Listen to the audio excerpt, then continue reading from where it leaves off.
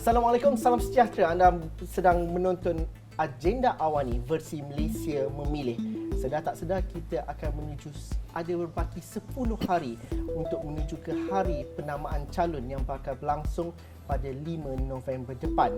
Bukan kerja rakyat marhaen seperti saya ataupun kebanyakan daripada anda untuk menentukan siapa calonnya, tapi ini mungkinlah tempoh ataupun waktu-waktu yang begitu getir buat ahli-ahli politik untuk mempromosikan nama dan juga memilih calon-calon yang terbaik untuk dijadikan pilihan rakyat pada PRU yang ke-15 pada kali ini. Di Astro Awani hari ini juga kami ajukan soalan kepada anda. Adakah anda mahu memilih calon muka baru ataupun yang mengekalkan calon-calon lama? Anda masih lagi boleh mengundi suara anda, suara Malaysia, itu yang kami angkat. Adakah anda mahu YB muka baru atau dikenali, di mana anda boleh scan saja ataupun anda terus saja ke undi.astroawani.com untuk melakukan undian anda secara dalam talian. Bercerita mengenai muka baru, bercerita mengenai pecutan menuju ke hari penamaan calon, saya bersama dengan saudara Hisham Jalil, merupakan ahli Majlis Kerja Tertinggi MKT UMNO. Terima kasih kerana sudi bersama kami dalam Agenda Awani pada malam ini. Satu persoalan yang mungkin tidak dapat dijawab pada malam ini, anda bertanding di kawasan mana? Tetapi saudara Hisham, mungkin dapat diceritakan juga dahulu. Menarik perhatian baru-baru ini apabila anda melakukan satu pendanaan awam atau crowdfunding untuk menyokong sekiranya anda menjadi calon, itulah dana yang akan digunakan untuk pilihan raya umum nanti. Dan juga kalau tidak menjadi calon sekalipun, itu mungkin akan diserahkan kepada kerja-kerja parti. Tapi Saudara mungkin kita dapat fahami, persepsinya ada yang kata orang UMNO buat crowdfunding satu perkara, tapi realiti bagi orang muda, calon-calon baru, ahli-ahli politik baru dalam usaha untuk mengejar tempat dalam PRU ke-15. Mengapa soal dana itu sangat-sangat penting dan kesukarannya itu kalau dapat kita fahami? Saya buat pendanaan itu pasal dua sebab, Encik Zul. Nombor satu, daripada dulu saya fight for akta pendanaan politik. Sebab kita nak lawan politik wang, banyak punca rasuah di Malaysia ni sebab politik wang dan sebagainya. So saya ada tulis buku lepas kita kalah bulan Jun 2018, saya tulis buku bertajuk Hala Tuju UMNO dan Orang Melayu Pasca 9 Mei masa itu. Dan dalam buku tu saya kata nombor satu, kita kena selesaikan masalah politik wang. So salah satu cadangan saya adalah akta pendanaan politik, way back 4 tahun lepas.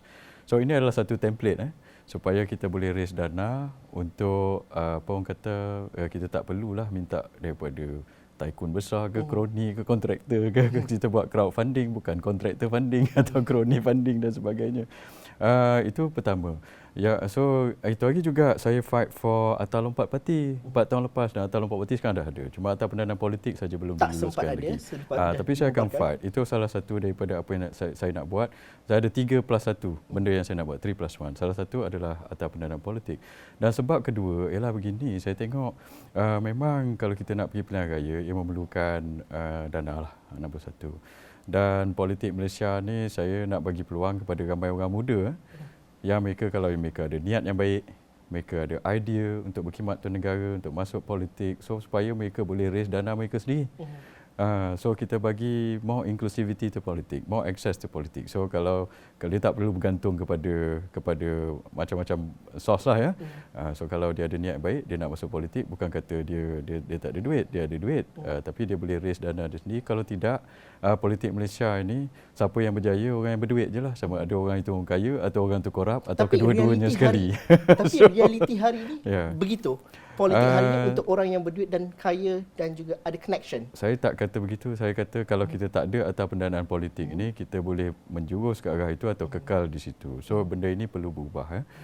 So sebab itu saya nak bagi banyak menunjukkan contoh kepada orang-orang muda. Mereka tak perlu bergantung kepada sumber-sumber yang ini untuk raise dana sendiri. So kalau ada idea, bagi tahu rakyat. So bila rakyat bagi duit kepada kita tu, maksud dia percaya kepada kita, dan kita kena jaga amanah itu. Setiap ringgit, macam itu hari saya buat pendanaan politik yang masuk dalam akaun itu, yang bagi RM5, RM10, RM5, RM10. Sebab itu saya tengok ini satu amanah lah yang kita perlu jagalah. Kita tak boleh buat tak tentu arah dengan dana itu.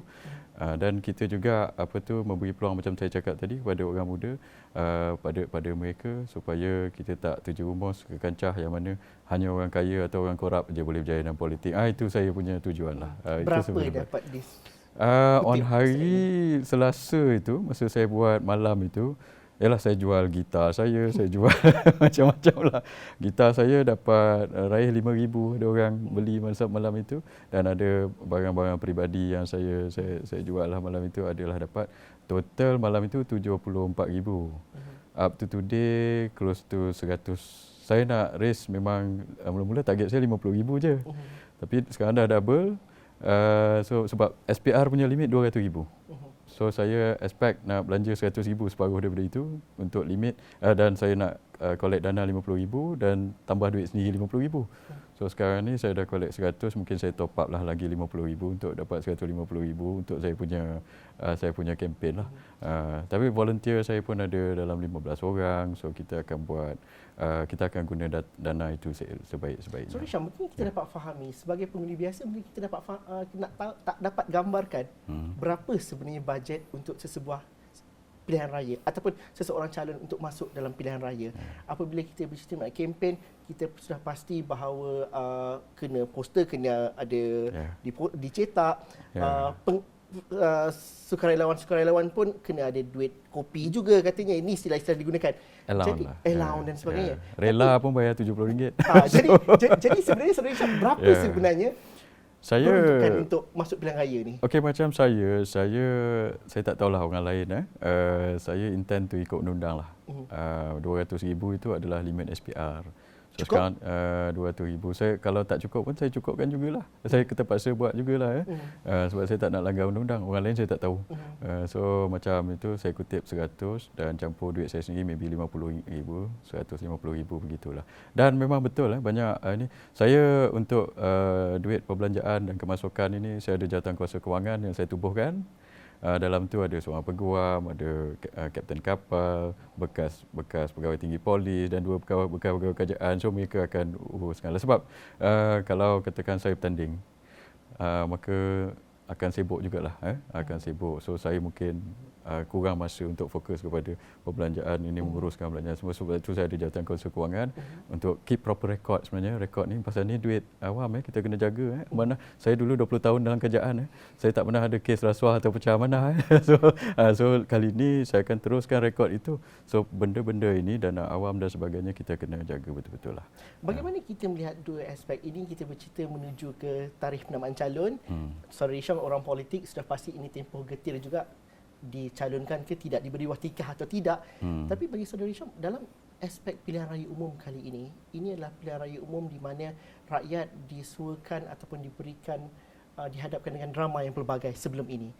Bagaimana kita bercerita mengenai lapangan yang sama untuk semua orang bertanding dalam konteks UMNO sendiri? Betapa pentingnya untuk muka-muka baru itu diketengahkan. Ada juga suara dikatakan oleh pemimpin-pemimpin besar UMNO bahawa itu tidak mustahil dilakukan dalam pilihan raya umum kali ini. Kalau dilihat di PRN Johor sekalipun.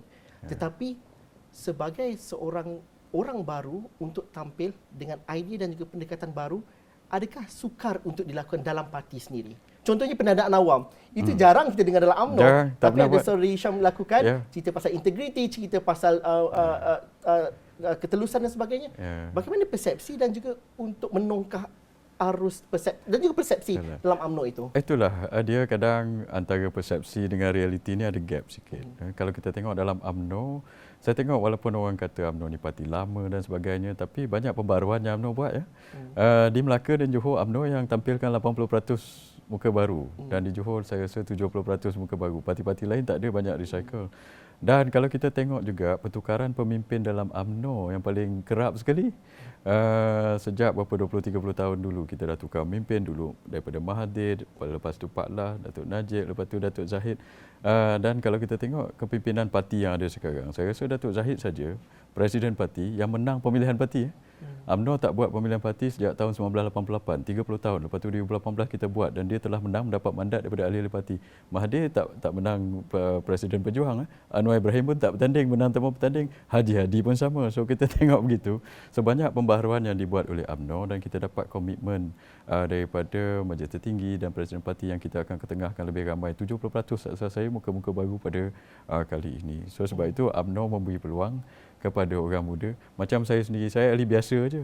Tiba-tiba tak pernah dibuat dalam sejarah UMNO. Ahli biasa macam saya jadi ahli majlis tertinggi. So itulah yang saya ingat UMNO buat. Dan sejak PRU 14 bila kita kalah, saya ingat banyak UMNO telah banyak muhasabah lah saya ingat. So sebab itu kita kena banyak buat pembaharuan, kalau tidak kita akan mendatangkan masalah pada kita. Rakyat telah ajar kita pada ketika itu. Tetapi pada saya sekarang yang tak dapat pengejaran lagi adalah Pakatan Harapan dengan Perikatan Nasional. Sebab dulu dia tipu manifesto dan dia lompat parti, dan pada kali ini mereka akan berhadapan dengan rakyat, sebab itu dia takutlah pada saya. Okay, Saudara Hisham, mungkin kita kena tunggu wakil-wakil lain bersama dalam debat yang lain. Okey, tak Tapi apalah, Saudara it's Hisham, okay. kalau kita lihat melakukan pembaharuan itu dilakukan oleh UMNO sejak 2018. Satu perkara pengajaran yang patut yang dilalui oleh UMNO apabila selepas Mei 9 Mei itu. Tapi Saudara Hisham, sejauh mana kalau kita bercerita mengenai tempoh hari ini memilih calon untuk wakil UMNO, wakil Barisan Nasional, sudah pasti lapisan-lapisan untuk jadi ketua bahagian, memegang jawatan dalam parti itu penting. Dan juga kita guna istilah itu, walau itu juga perlu mendapat restu daripada ahli-ahli parti dan sebagainya. Sejauh mana pembaharuan ataupun sesuatu yang sedikit idealis itu mampu menongkah resam yang telah dilakukan oleh parti ini? Saudara Hisham contohnya, kalau nak ditolak menjadi calon dalam PRU kali ini, adakah ianya mudah atau kena mengikut lagi tradisi-tradisi lama itu? Pembaharuan itu tidak akan datang begitu saja. Realiti sebenar dalam UMNO sendiri bagaimana? Saya tengok berkenaan dengan pemilihan calon, sebab UMNO ni parti akar umbi. Kita ada bahagian, kita ada cawangan, kita ada 3 juta lebih ahli. So tentunya bila pilihan raya, kita memang bergantung kepada jentera parti ini. Kita ada jentera parti yang terbesar di Malaysia ini, dan mereka ini biasa buat kerja pilihan raya. So siapa-siapa calon pun kena juga mendapat endorsement daripada jentera parti. Kita tak boleh parachute macam parti-parti lain, Cik Zul. Dan daripada situ juga, cuma sekarang ini macam pilihan raya lepas mungkin ada sedikit sebanyak masalah lah, saya ingat. Tapi sekarang ni apa yang saya nampak, saya dah pergi banyak bahagian. Bulan lepas 30-40 bahagian saya pergi. Sekarang ni sentimennya dalam UMNO dan Barisan Nasional ialah kita nak menang. So bila kita nak menang, maka banyak perbezaan pendapat apa sedikit sebanyak itu kita boleh ketepikan dulu. Dan tak ada, saya ingat saya tak nampak nak dekat lepas pembubaran ni dah tak nampak dah kem-kem mana. So kalau pemilihan esok mungkin kita buat lain lah, buat lain lah, tak apa. Tapi bila pilihan raya ni dalam UMNO cuma ada satu kem saja, sebab semua orang nak menang. Kita dah rasa kalah 4 tahun lepas. So sekarang saya rasa semua orang menuju ke arah itulah. So kalau apa-apa perbezaan atau tradisi lama dulu kita ketepikan. Saya pernah berucap dulu di banyak bahagian, saya kata kita tak boleh ikut tradisi kalah. Macam ada kerusi tradisi ni, kerusi tradisi ni. Kalau kita bagi kerusi tradisi tapi tradisi itu kalah, buat apa, tak guna. So kita kena buat banyak pembaharuan. Sebab itu saya cakap pada kali ini kita dah cuba di Melaka dan di Johor, dan kali ini PRU saya jamin ada lagi pembaharuan yang kita nampak lah nanti kita akan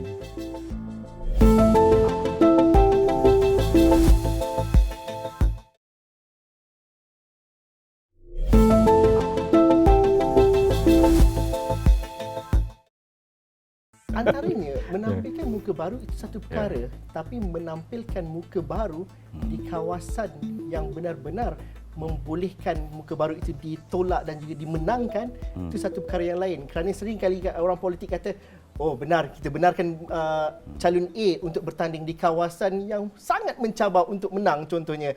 UMNO mungkin sukar untuk menang di Damansara, Petaling Jaya contohnya. Tapi itulah kawasan diletakkan oleh UMNO untuk orang-orang baru contohnya. Sejauh mana perkara itu realiti ataupun persepsi semata-mata, dan juga bagaimana akhirnya strategi itu menguntungkan siapa sebenarnya? Adakah untuk UMNO ataupun untuk lawan? Saya tengok ada 2 faktor lah. Satu, faktor calon tu sendiri, dan kedua faktor parti.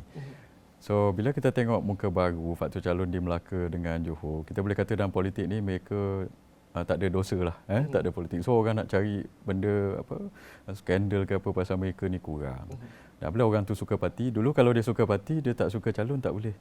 Kalau calon tu ada baggage. Kali ni kalau dia suka parti, suka calon, itu bagus. Kalau dia suka calon, tak suka parti pun tak boleh. So di Melaka kita cuba ada, walaupun diletakkan di kawasan susah, kawan saya, Rais bertanding di paya rumput, tak salah saya di Melaka, itu adalah kawasan susah. Kita kalah berapa ribu itu kat situ. Ini telah menang. So sebab itu kali ini sentimennya adalah berbeza, dan kita bawa benda baru, Cik Zul. Saya nak bawa saya sendirilah. Itu hari di Melaka saya perkenalkan ini benda baru yang kita bawa. Kenapa muka-muka baru ini semua mungkin insya-Allah lah boleh berjaya ke dan sebagainya kita harap. Satu di Melaka saya bawa politik positif. Saya kata kempen kita kempen positif. Saya nak bawa 3 perkara. Salah satunya adalah politik positif ni sebab politik Malaysia ni terlampau toksik. Orang tu kata orang itu, orang tu kata orang ini, fitnah orang ni, macam PH dia bawa politik skandal dan sebagainya. Pada saya kita nak berhadapan dengan krisis ni, krisis banjir nombor 1 dengan krisis ekonomi. Saya dulu kerja kerajaan saya tahu, saya pengarah dulu di JPM. Apabila kita berhadapan dengan krisis kita kena fokus. Bila kita fokus, kita tugas utama kita, prioriti kita adalah untuk menyelesaikan masalah. Bukannya nak cari siapa yang bersalah. So sebab itu kempen sebelah sana lawan kita ini dia itulah kempen skandal-skandal cari ini cari salah orang kata gagal betul. Itu tak apa, itu biar dia buat. Tapi kita tawarkan kepada rakyat apa yang kita nak buat. Macam saya kata apa yang saya nak buat ini politik positif dan kedua adalah pertumbuhan ekonomi. Sekarang ni masalah ekonomi. Orang muda yang terkesan. Kenapa dia vote for ramai orang muda? Sebab orang muda paling terkesan lepas COVID dengan masalah-masalah ekonomi. Hari ini 700,000 orang tak ada kerja. Cik Zul, kadar pengangguran secara keseluruhan adalah 3 ke 4%, tapi kadar pengangguran orang muda belia di bawah 24 tahun adalah 3 ke 4 kali ganda lebih daripada itu, 13 ke 14%. Macam mana kita nak selesaikan masalah itu, masalah pekerjaan. So saya ada plan itu sebenarnya. Saya dulu dekat unit perancangan ekonomi, I have a plan.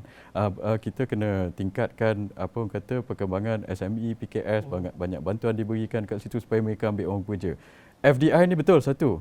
Tapi saya kerja ke EPU, saya tahu FDI ni makan masa, kurang-kurang setahun untuk dapat pelaburan tu masuk. So kita kalau nak immediate orang ni ambil bekerja kepada kita punya orang-orang muda yang mereka sekarang ni underemployed. Dia ada degree chemistry tapi dia pergi bawa Grab. Yes.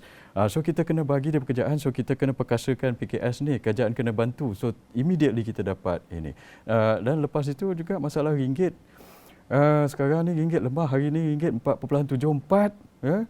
So mungkin antara paling lemah dalam sejarah ringgit. Apa yang kita nak buat? Ringgit ini lemah sebab pelabur tak confident nak beli ringgit. Bila pelabur tak confident, bila ringgit ni lemah, kita apa orang kata kita import barang makanan pun jadi mahal sebab itu kos sara hidup mahal.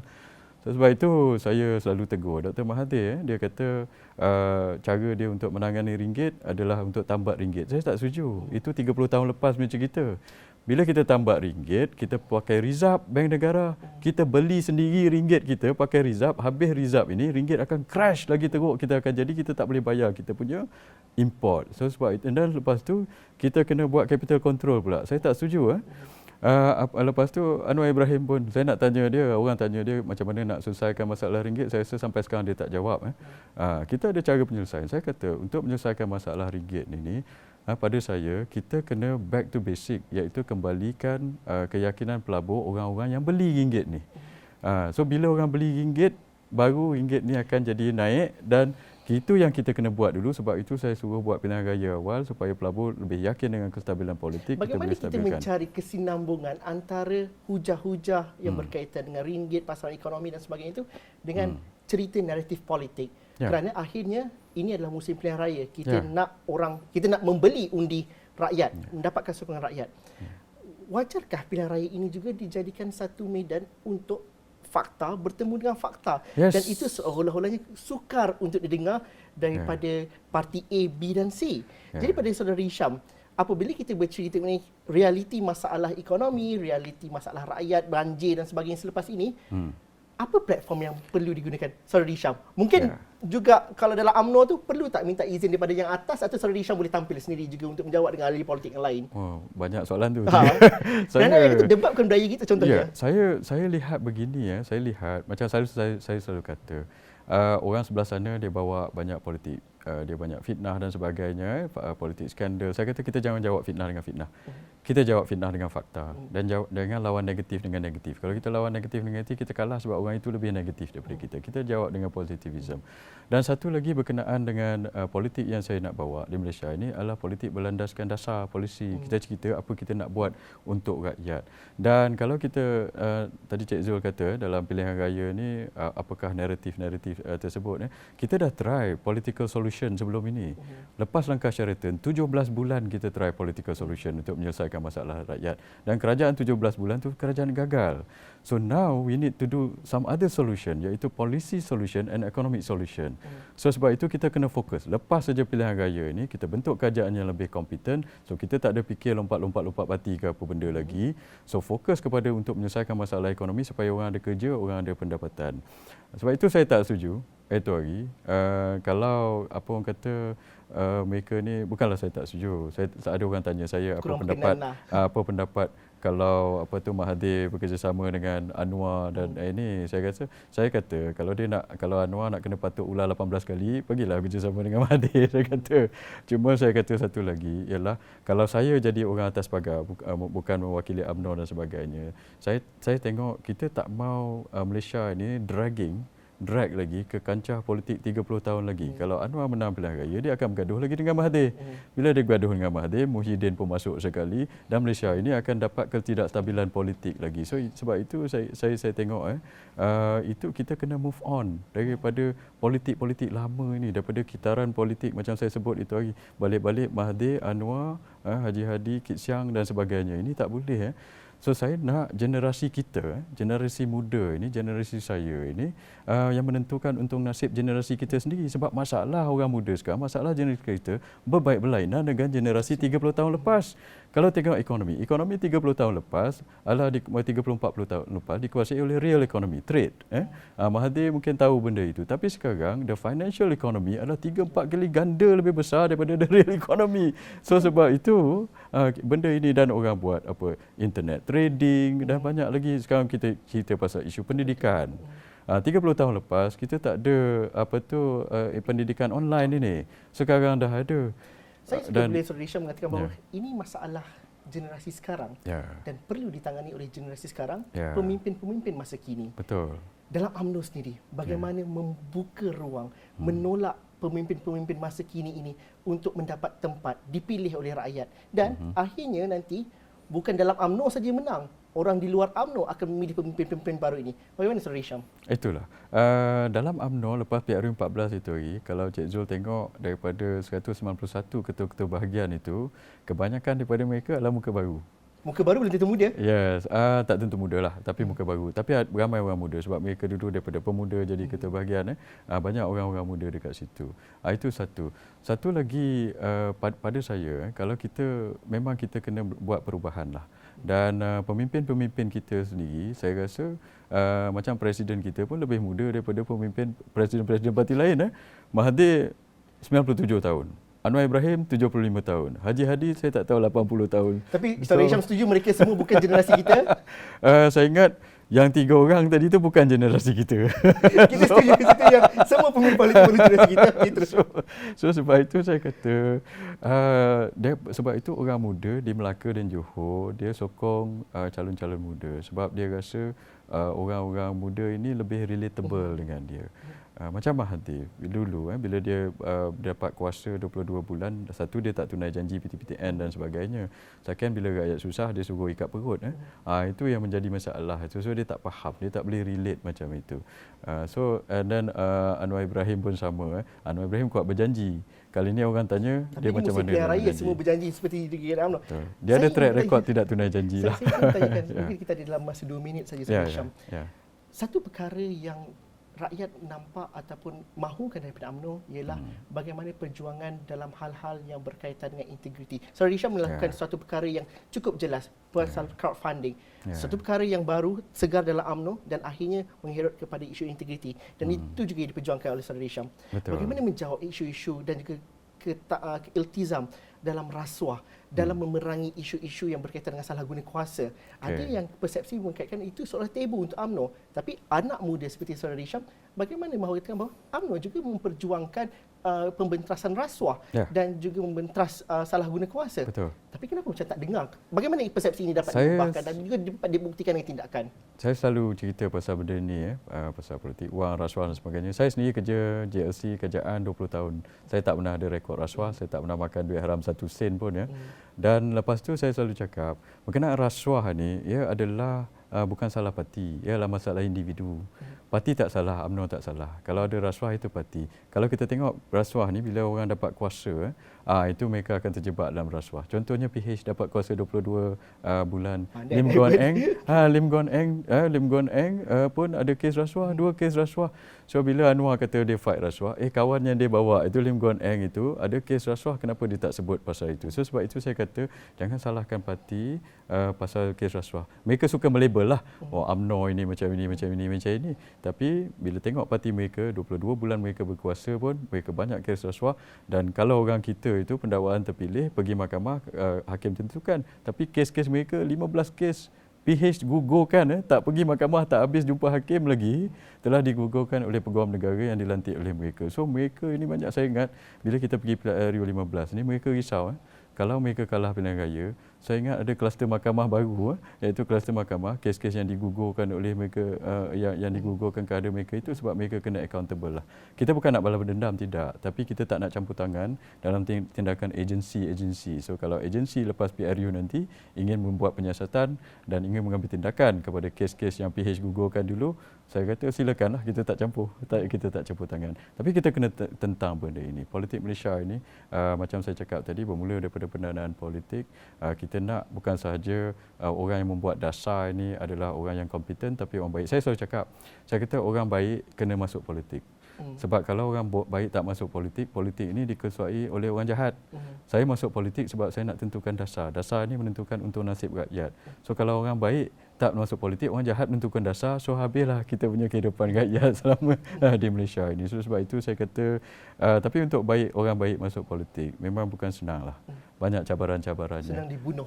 Asalkan kita istiqamah lah. Kita istiqamah. Dan macam saya sendiri, saya serahlah kepada Allah SWT. Kalau ditentukan saya berjaya dalam politik, saya syukurlah. Kalau tidak, saya berjuang je lah lagi. Bagaimana itu, kerana ini adalah perjuangan dan juga tempoh-tempoh 50-50, sama ada anda menjadi calon ataupun anda disingkirkan menjadi calon, dan kekecewaan itu pasti ada kerana usaha telah dilakukan. Namun kalau secara peribadinya, sekiranya jadi calon, ya teruskan. Kalau tidak jadi calon, bagaimana dapat membantu parti untuk kemenangan Barisan Nasional? Pada saya, macam PRU 14 dulu, pun saya tak jadi calon. Tapi saya time itu jadi calon dah. Masa itu orang lambung nama saya jadi calon menteri besar lah dan sebagainya, tapi saya kursi pun tak ada masa itu. Dan tapi saya tak adalah merajuk meroyan. To me, dalam politik ni saya have no expectation. Saya cuma non-consequentialist. So saya teruskan saja usaha saya. Macam kali ini pun, kalau ditakdirkan saya jadi calon, saya bertanding. Tapi kalau ditakdirkan saya tak jadi calon pun, saya masih berjuang untuk parti sebab saya percaya pada UMNO. Saya percaya pada perjuangan parti. Pada saya tak adalah nak istilah merajuk-merajuk ke apa. Dulu PRU 14 saya tak tanding pun, lepas kalah saya antara yang pertama sekali berjuang. So itulah dia punya ini. Sebab saya percaya kita kena get involved in politics. Sebab macam saya cakap tadi, kalau kita nak tukar sesuatu, we have to get involved. Cabaran tu banyak.